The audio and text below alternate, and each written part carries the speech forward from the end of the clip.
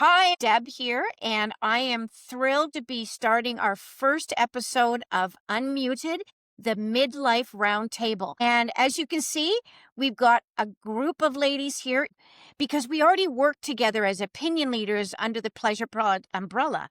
But we've seen in the world how much we really need to speak about the unspeakable, the unmuted. And so we want to welcome you where there's nothing that is off limits. We're here to talk about everything women over 40 whisper about, but don't say out loud. And that's bullshit because we need to talk out loud. We need to be sharing this stuff. And we thought, what a better way than doing it with the five of us. And we're going to add more people as we go through these episodes. We're going to bring guests on board. But we want to bring those uncomfortable conversations. We want to be real here. We're going to share our honesty. We're going to share our stories. And we're so excited to have you here, each one of these incredible ladies, to speak about why they're here, what their role is, what they do in life. And so we're going to start out first with Taylor.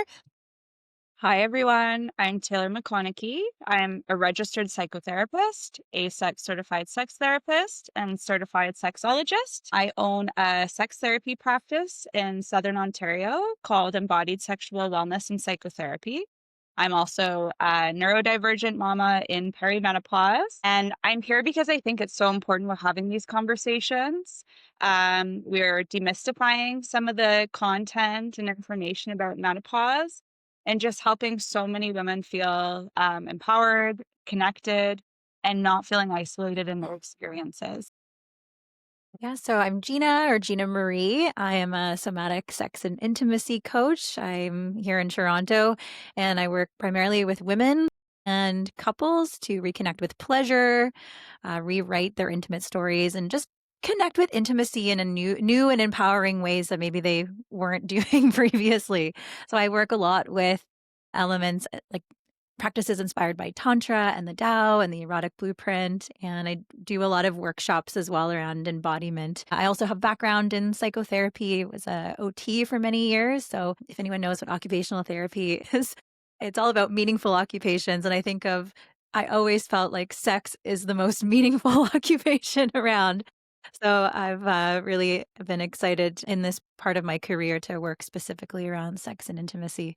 And I'm here because I know how much silence has just robbed women specifically of like our joy and our connection to our own bodies, and how conversations around sex and intimacy are so taboo. And even just because they're taboo, that creates such a tension in the body and which reduces pleasure. So I'm here to talk about all these things and to also learn from these amazing women here at this table. And I just turned 40 a few weeks ago.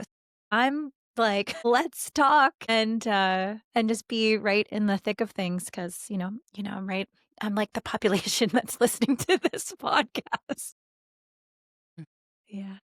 Amanda Otterman. I'm a registered nurse, and I'm also a certified personal trainer, nutritionist, and certified menopause specialist. Became very interested in this area. I'm 45 years old. However, I had a hysterectomy back when I was 33. So I started to experience a lot of early perimenopause symptoms, changes in my body, changes in my sexual health, all of that very early, much earlier than some women would experience well before I turned 40. And no doctor could tell me how to manage that, wanted to discuss that. No one, even I went to a naturopath at the time and it was just, they're like, well, you could take all these herbs and see what happens. But there was nothing concrete or any medical guidance that I received. And as I ventured into this field almost 3 years ago, I realized there was a gap in the education that women receive when they start perimenopause and into their menopause transition. And even after they've gone through menopause transition into their postmenopause years, many women really don't understand what their bodies are doing, what their bodies are going through, the changes that are happening internally and externally, how it affects them physically, mentally, emotionally, sexually, you name it. There's such a gap in the education piece that I really felt that my calling was to provide that education. So now I not only use my Instagram platform for that education, but I also do one-to-one coaching and also provide more workshops type education to community health clinics in the area where I live. So that's something that's really taken off in the last year or so because there really is a gap for women to understand how their bodies are and what they need to do to not just manage symptoms, but to also have a life that is full of vitality and not feel like menopause is the end of the world. Thank you, ladies. And Serena, I'm coming to you. I want to just quickly, because I dived right in, but I didn't really talk about a little bit about me and why I'm here. Besides, wanting to start this, I'm Deborah. I'm the co-founder of the Pleasure Pods company. And the ladies that are here with me are opinion leaders that work with me around our product and support what we're doing. We've met through the years. I started Pleasure Pods because when I was going through menopause, the vaginal dryness, the thinning walls, the painful sex, it was real. And those lubricants that are out in the market were back then were just not doing it. Water-based, silicone, aloe vera, all of them that were out there, I tried a large amount and I ended up using coconut oil. And coconut oil was great because it was all natural and that's what I needed. But man, was it messy and it stained my sheets. And I buy nice sheets. So my partner Brian and I started this, and we've been in the market now for a few years. And thanks to these lovely ladies supporting us, we couldn't ask for more. And that's one of the reasons why we wanted to get on here and do this, because we all see what is needed out there. We're hearing it. We're seeing women hiding behind it. I see friends hiding behind it. So this is why we really wanted to bring this platform together. Serena, take it over. I'm Serena Haynes. I am a certified somatic sex educator, a certified sexologist, and a sex and intimacy coach. And I am also the host of the Intimacy Unlocked podcast. So I've been doing this work with Deb probably for 3 or 4 years. And I fell in love with the pleasure pods for so many different reasons. And we'll get into those eventually. But, the reason that I'm here and really kind of happy to be here is I just want to help women smash the shame around their sexuality. There comes a point in our lives, and I've gone through it, and I know a lot of the women on the panel have kind of gone through some of this as well, is, we come into our 20s and we think, oh, we're supposed to be one certain way, and that's fine. And then we come into motherhood, possibly. So I did. This is my personal stories. I came into motherhood and I was still a sexual being, and sex was great, but I had another hat that I had to put on. And now that my children are a little bit older and they're in their late teens, there's another hat that I want to find. And what I'm recognizing in my practice, my private practice, is there's so many women out there that are having a really hard time finding that hat again. They had it, there was something there, and they're having a hard time finding it again. So that's the work that I do. And working with the Pleasure Pods is a really great way for us to have these conversations about, the way your body changes, sexual intelligence, moving and changing with the times, understanding what your body needs now compared to what it needed years ago, right? And finding that different space. So that's who I am and that's what I do. There's not a better group of women that I personally have had a chance to work with yet.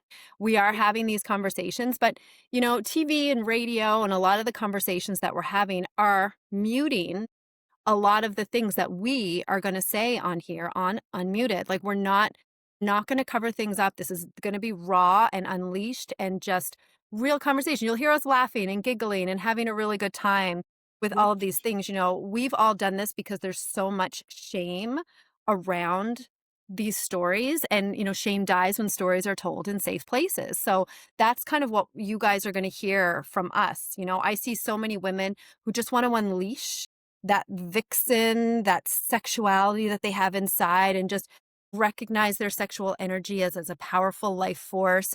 And there comes a point in midlife where the world, society, culture has told us that we're supposed to shut it down now, and that was the whole thing coming into menopause and perimenopause, to shut that down.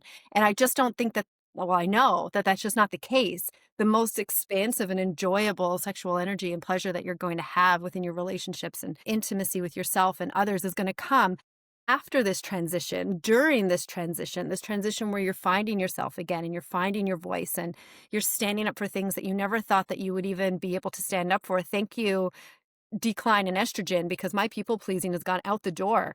And I'm just like, it's time for me. I'm sorry. What did you say to me? Not a chance. I love that about the midlife woman. I love that about our crone. I love that about the energy that we have in this collective, in this age group, right? But so many of us, I think, are told that we shouldn't be that way. And we still don't have those conversations being had with other women to say, yeah, it's okay.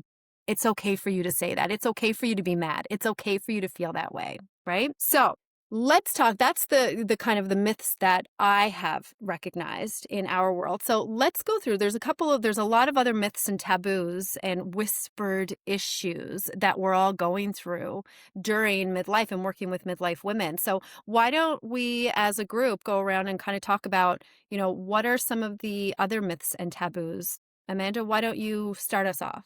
Well, one of the major myths and taboos, I guess, in my realm of working with menopausal women is the issue around hormone replacement therapy. For a whole generation of women, we have been told that HRT is harmful. We've been told that HRT causes cancer. We have been told that, the study that was done in 2002 by the WHI, the World Health Initiative, this is it. This is, get off your HRT. So we have a whole generation of women that are now pissed off, who are in their 60s and maybe 70s, who were taken off their HRT 20 years ago because all of a sudden this faulty study came out and they were taken off their hormone replacement therapy. Now they're dealing with chronic illness. Now they're dealing with osteoporosis. Now they're dealing with, maybe cardiovascular disease, diabetes, other things that they've lived 20 years with hot flashes and have been feeling this whole discomfort that comes along with menopause sometimes. And now we have new research to debunk the research that was done before. And the the research that actually was done before wasn't even really done properly. It used women who were 15, 20 years beyond their last menstrual period, which at that point, chronic illness is already set in. So when you add in hormones to that, of course, you're going to get adverse reactions. So they never used women who were perimenopausal or within the first 10 years of menopause. They used women who were well into their 70s. And of course, they had the adverse reactions that they did. They saw the increase of the breast cancer. They saw strokes, heart attacks. But again, those are risk factors that were already in play when they added in the hormones. And then everybody knows that correlation doesn't equal causation, but that's what happened with that study and they shut it down. And then all of a sudden, everyone in the medical world shut down HRT as an option. So that's one of the myths that I often debunk quite often. And the medical world now is doing a really good job at debunking that. That's amazing. I know. And I've heard the same thing. I've heard a lot of that. My mother actually went through that years ago as well. And, the women in our lives right now talking about how, hormone replacement is not so great and it's not that. And I always say, like, if man's testosterone went down overnight, the whole world would be like on top of trying to fix this problem. Right? That I have like ridiculous depression and I don't even know what's going on with my life. And everyone's like, oh, it's just a phase. You're fine. It'll be fine. Right? And that's just not fair. So I'm really glad that that's changing and that the medical world is changing. These conversations are coming up and we're able to kind of bring that HRT back. And the other thing, and Amanda, you can speak to this maybe really quickly too, is I'm hearing, it's not necessarily my specialty, the HRT part, but like I'm hearing now that we should be almost, I don't want to say preemptively, but kind of preemptively moving in toward and not waiting for that massive decline and that massive decrease and just kind of keep yourself, like monitor yourself and keep yourself there. I want to just step in here just before Amanda does, because being 63 and I was unfortunately not able to be given HRT. And when I went in to see my doctor when I was 61 and a half, my doctor turned around and said to me, you can't start it because you are beyond the 10 years that supposedly they're saying is what is required. If you don't take it within that 10 years and you decide to take it after, that could cause various things to you. So, and I was just like going, listen, I've done my research. I want to do this. She said, I'm not doing it. So I had to go to my naturopath and she put me on HRT. And I'm going to be really upfront with this as well, too, is that, and Amanda can attest to this because I reached out to Amanda several times as I was on HRT, which I started February of 2025.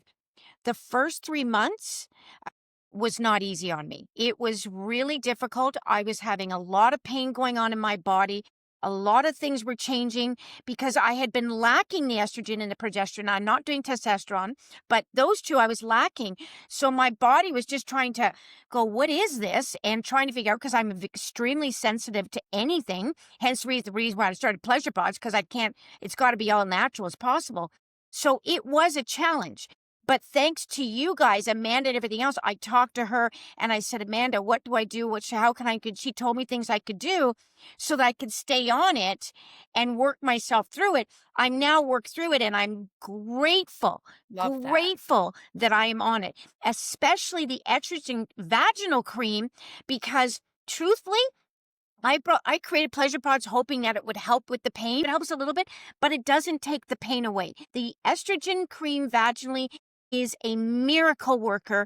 And I'm grateful for Amanda helping me through that. So Amanda, Well, the thing with the vaginal symptoms that happen in menopause is that it's actually a change in the tissue.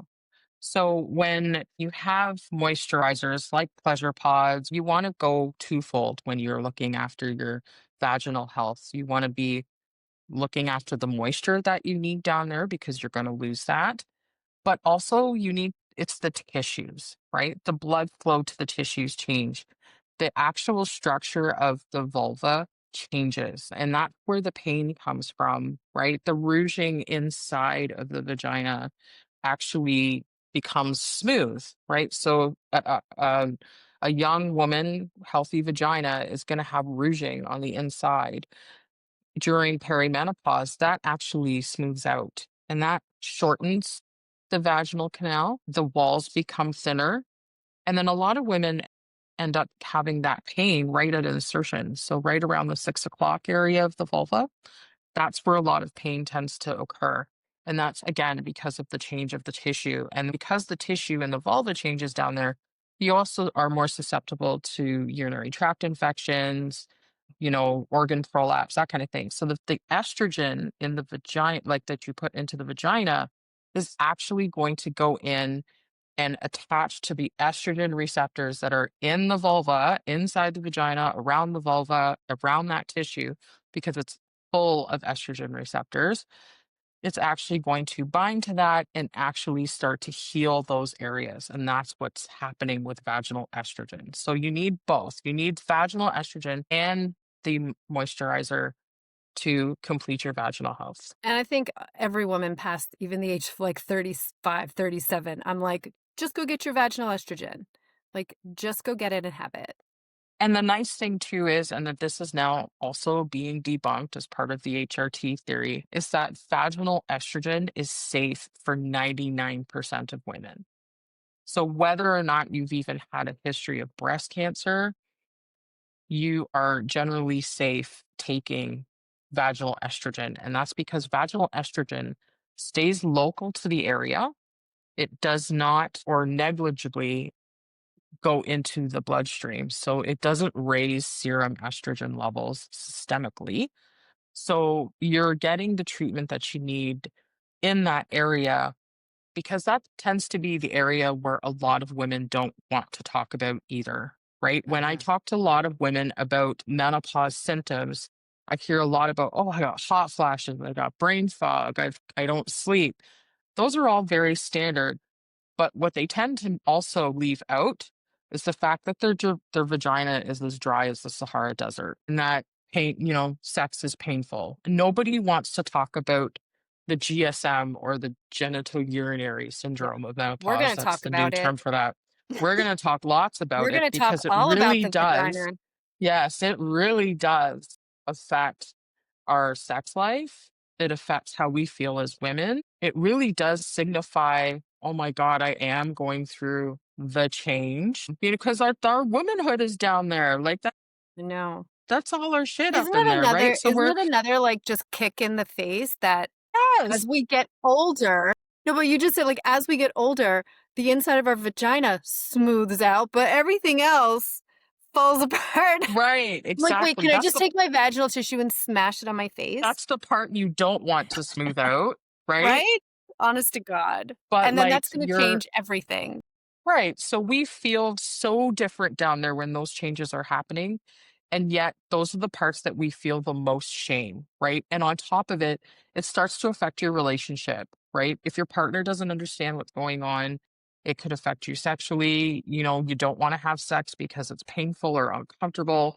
So, like, you may not even be able to orgasm that well anymore. So, like, all those things, right? Because you lose blood flow to the clitoris and that affects your ability to be aroused and have orgasms. So a And I lot of think that is so it so does important change, to like, talk our about. mood, it gives us a lot of anxiety, it just, like it just changes everything, right? So, Taylor, why don't you talk to us a little bit about, like, that shame around, like, the way that our moods are changing, like Amanda was talking about, and maybe the anxiety that comes up with, how our bodies are changing and all of those different things from your point of view as a psychotherapist. Yeah, absolutely. And I think, like, to name two, like, I might be like the baby of the group. I'm 34. I have been in perimenopause for I saw the time for quite a while. At 34, I still have doctors. I still have even like previously therapists who are like, you're not in perimenopause. I am. I know for a fact I am. Been through several surgeries, been through lots of things. But that can lead, like, and just sort of leading into the emotional impact, it can lead to this like feeling of, am I crazy then? Am I crazy? Like, am I off? Right? Like, that I actually do feel this is my experience, but I'm being told from other people it could not possibly be because you are 34. Um, and I hear that so much in my practice as a psychotherapist with clients, women specifically, where they're, or even partners. I will say I get partners coming and they're like, I don't know what's going on. But that experience of like irritability, I would say, like being huge. I sort of describe it as like our bullshit meter is just like going off. So we're more irritable, which isn't necessarily a bad thing. It helps us be more in line with like things that are important to us or boundaries that are being, not respected. But it can lead to this like feeling of something is wrong, of anxiety, especially for neurodivergent women who are in perimenopause or menopause, where they have this like extra whammy attached to that emotional functioning. It can be quite like debilitating and devastating even for women when they're experiencing something like this. And to have Lee just mentioned, like, to have those conversations with their partners, if we're having a hard enough time understanding ourselves and we're being medically gaslit left, right, and center, then on top of that, we always say, well, just talk to your partner, communicate. If I have one more person say to me, communication, I'm like, you can't communicate about something A, you don't know about, B, you feel crazy about, and C, you don't have the comprehension to, all we kind of have to go on right now is what maybe our parents and our grandparents went through in our generations. And that's not at all the experience that we're having right now, right? People think that it's women coming in through my doors wanting to talk about this, but the women are confused enough, but the men are coming in going, what can I do to help? Like, how can I make this Mhm. better? Because life is not over. And I don't know I don't know what I'm doing wrong. And I'm like, you've always been doing those things wrong. She's just telling you now, And Exactly. It's just you've coming up. actually always been, and that's okay, but let's just come together because now she's gonna open her mouth and talk to you about it. There's lots of research to show that women who have gone through surgeries and even personal trauma. So if you have a history of trauma, sexual abuse, anything like that, you're actually going to go through perimenopause earlier. Yep, totally. Absolutely. Right. And that was my experience too. Reproductive trauma, obstetric trauma. I actually had my fallopian tubes taken without consent, which was part of like what led me down this path where I had further surgeries, hormones get out of whack, and just how isolating that can be. And I work with a lot of doctors, OBGYNs, ultrasound techs, physiotherapists, where I'm trying to help them take that trauma-informed approach when we're talking to women who have been through these experiences, because it's already hard enough to be in a doctor's office talking about, I'm feeling crazy or my anxiety is like out of control, which again is because of this change in hormones. But when we have this history of trauma, we want to be like working with that and not actually causing more harm. And we cause more harm by making women feel further isolated or disconnected from their experiences. And by giving them this added sort of message that, yeah, something is actually just wrong with you, right? Like something is wrong or it's just in your head. And so many women are told that. I was told that at all as well, sorry. But yeah, that realization of like these emotional and cognitive impacts of perimenopause or postmenopause, how real they are, how significant they are, and how much they impact every area of someone's life who's experiencing it or is connected to someone experiencing it. And connected then to your own body, right? Like it kind of disconnects you from your body. Gina, why don't you talk to us a little bit about like what that would feel like, and then the shame around your physical body and how, somatically, like that, it's in your DNA at that point. It's kind of in every cell in your body. And people think we can just get rid of it from our brain, but it isn't. It's embedded in everything that we do and everything that we are.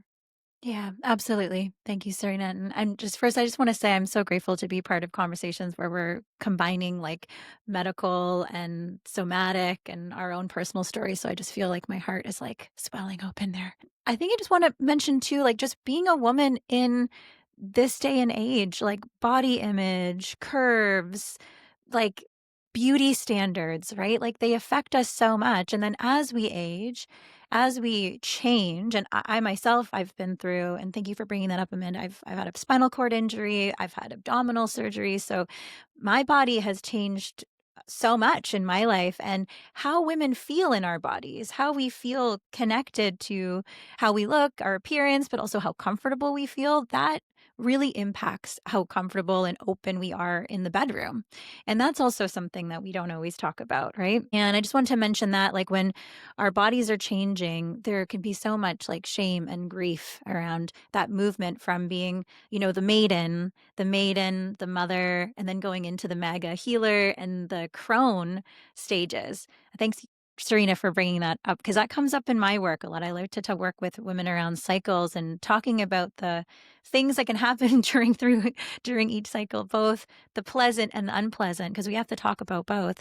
And in this society, the maiden and the mother phases of our lives for women's lives are much more talked about, right? Yet there's so much like this like myth that women after like 40, 45 and into menopause are like basically infertile, sexually dead, no longer desirable.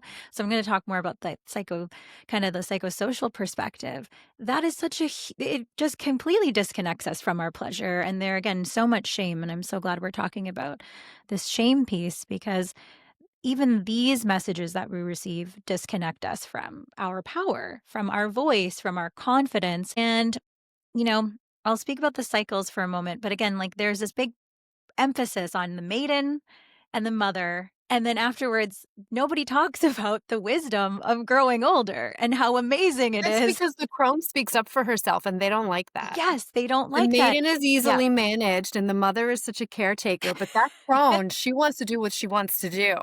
Nobody wants to exactly. talk about that.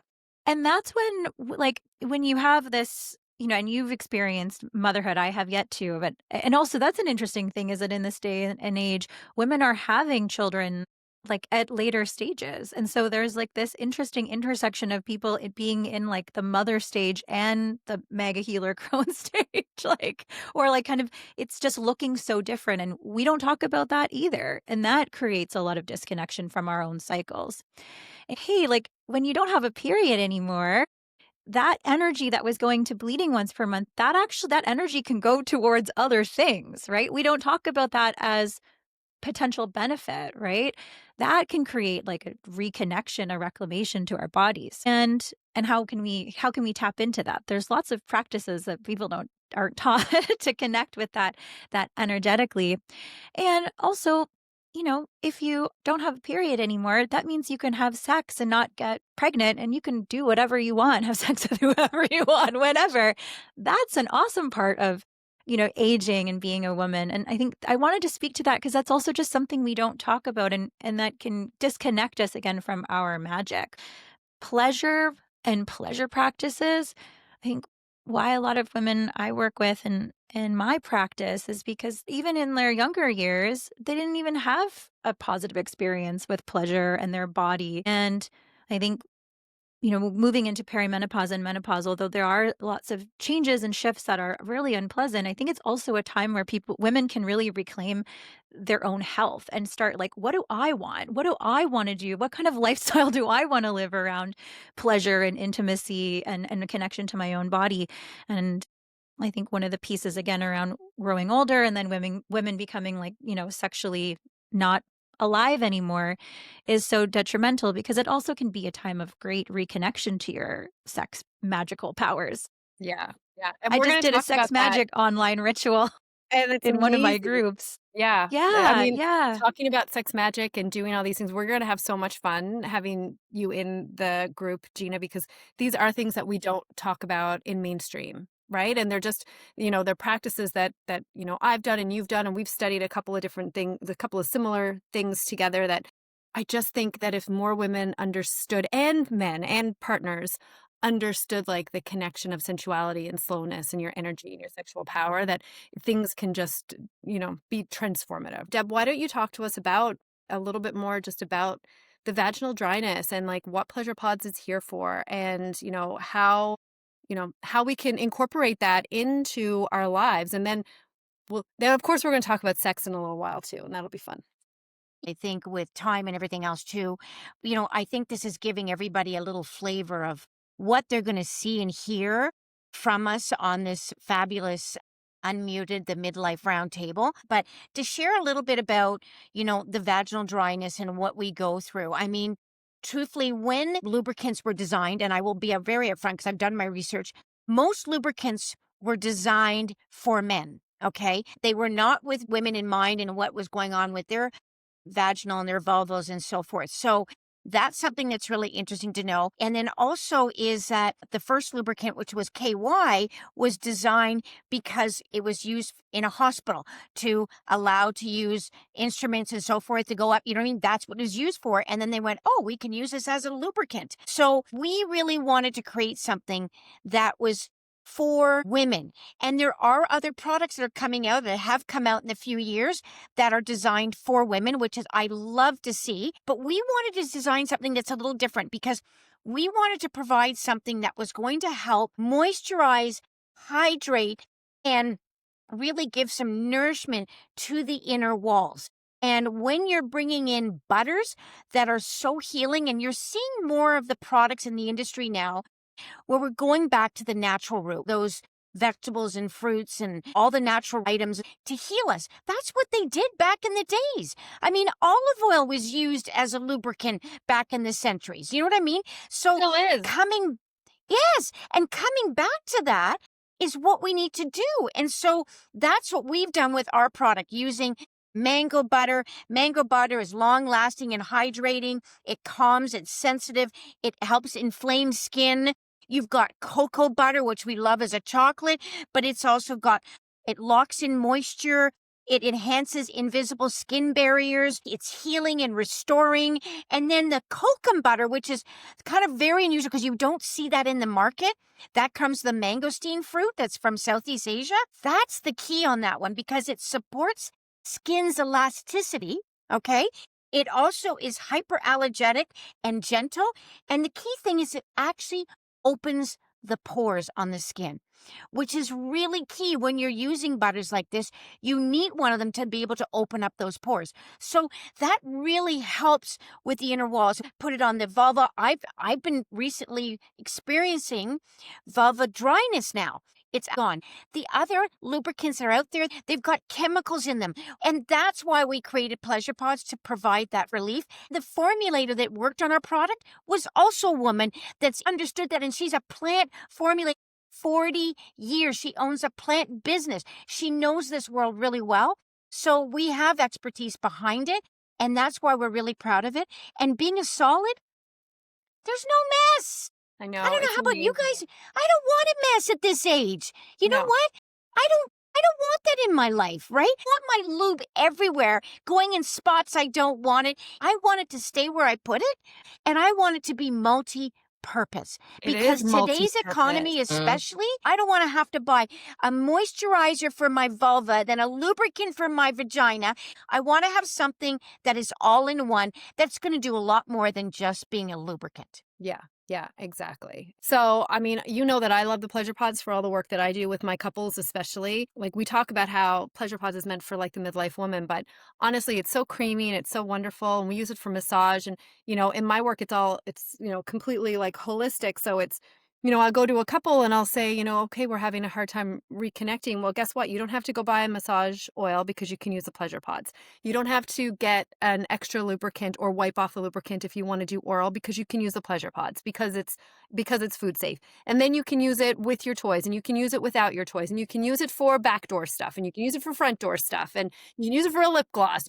It's so buttery and creamy. I actually had someone reach out to me that said, Deb, I don't have anybody in my life, but I love your product because it's great for the skin. Amanda and all of you guys can speak to because perimenopause, but your skin becomes a lot drier. So I will melt it down a little bit, and then I will add a little bit of my vaginal estrogen to it and put it on my Yes. face. Okay. You Great little idea. okay. I was I'm not gonna saying that this is say. medical advice. This is not medical advice. Disclaimer, No. not medical advice. However, This is personal that you're doing. I will also be I doing have actually like not like melted it out like totally, but soften it and then have it mixed in with the like a little bit of my vaginal because I have like some like weird dry things on my face. And that started with like peri, but like right around my ear and just around the scalp line, I can get really dry. And I found since I've been doing That's Love it. probably so why I okay. don't have So any wrinkles yet either. Can I yes, share a quick please. story? So I've been sharing the Pleasure Pods with all of my clients. And again, I just want to talk about like the multi-purpose of it and just ways you can connect with each other and yourself. But I gave one to my client who then their partner got a sunburn and they were like, maybe we should try the Pleasure Pods. And they were like, well, if it's good enough for it's probably okay for a sunburn. And then they put it on there and their sunburn was totally relieved and from the pain and the itchiness. And I got a message immediately. And I just think when you're using something that's going to be good for your body and then also for your genitals, that just makes pleasure so much more amazing. Because when I'm leading rituals, sometimes the body oil that someone uses on their breasts for a breast massage is not okay for the vulva. But Pleasure Pods is good for all over, even sunburns. It is. Get on I it. like that. It's so true because that's what I'm telling people. Use it for that as well. That's why I say it's multi-purpose. I think the biggest challenge is people can't understand a solid, right? This is Pleasure Pods. It's a solid. And that is what's messing with people. They're like, how do I use that? That's why we are on here. And that's why we have you ladies talking about it on our social media and so forth to just help people understand that the solid is just as good. And we're seeing this happening with shampoos, conditioners, going more solid based. We're almost at time for Yes. our session today, but I think we can all agree, and I think everybody listening can agree that even with these little tidbits of meeting us today and hearing what we're all kind of going to bring to you guys at like midlife doesn't mean that your sex life is over. And it doesn't mean that the conversations are over. It just means that things are changing, right? That we have to kind of access our sexual intelligence for this transitional period and just understanding, as I said in the beginning, that the things that you might have been doing when you were 20 and the way that your body was feeling, it's not going to be the way it feels now, but it doesn't mean that you're broken, right? It just doesn't mean that there's nothing wrong. It just means that this is new. We went through puberty and we had our little classes and somebody somewhere told us that puberty could last anywhere from 9 years old to 18 years old. Like we were given a little bit of but when menopause came along and perimenopause came along, nobody is telling us that, this shift that we're having is just cougar puberty as far as I'm concerned. And I'll take it. I'm like, I'm a cougar in puberty. So if anybody wants to help manage this little feral cat, I welcome, your effort. But yeah, and like unfurling us and being just understanding that we deserve to be loved big, like we just deserve to be in this space in our crone. And, we can call it so many different things. Is what I really love about the variety of people that we have on our panel and the way that we're going to talk about things is because you know, we're all saying the same thing in different ways, and we need to connect mind, body, and spirit.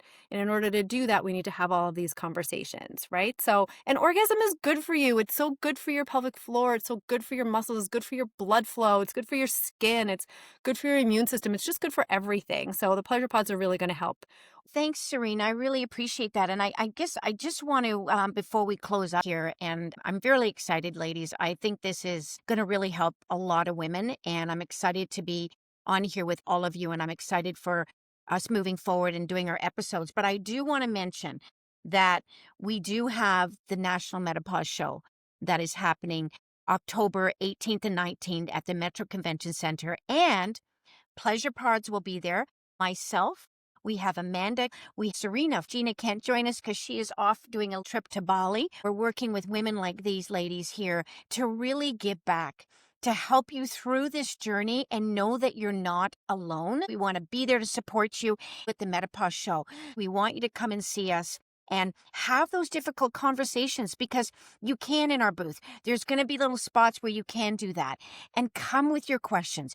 We're in booth 611 and come by. We're excited to bring you more episodes, guests, and features, and really provide the information that you're looking for and need in your life through these journeys of perimenopause, menopause, and postmenopause, which affects everything.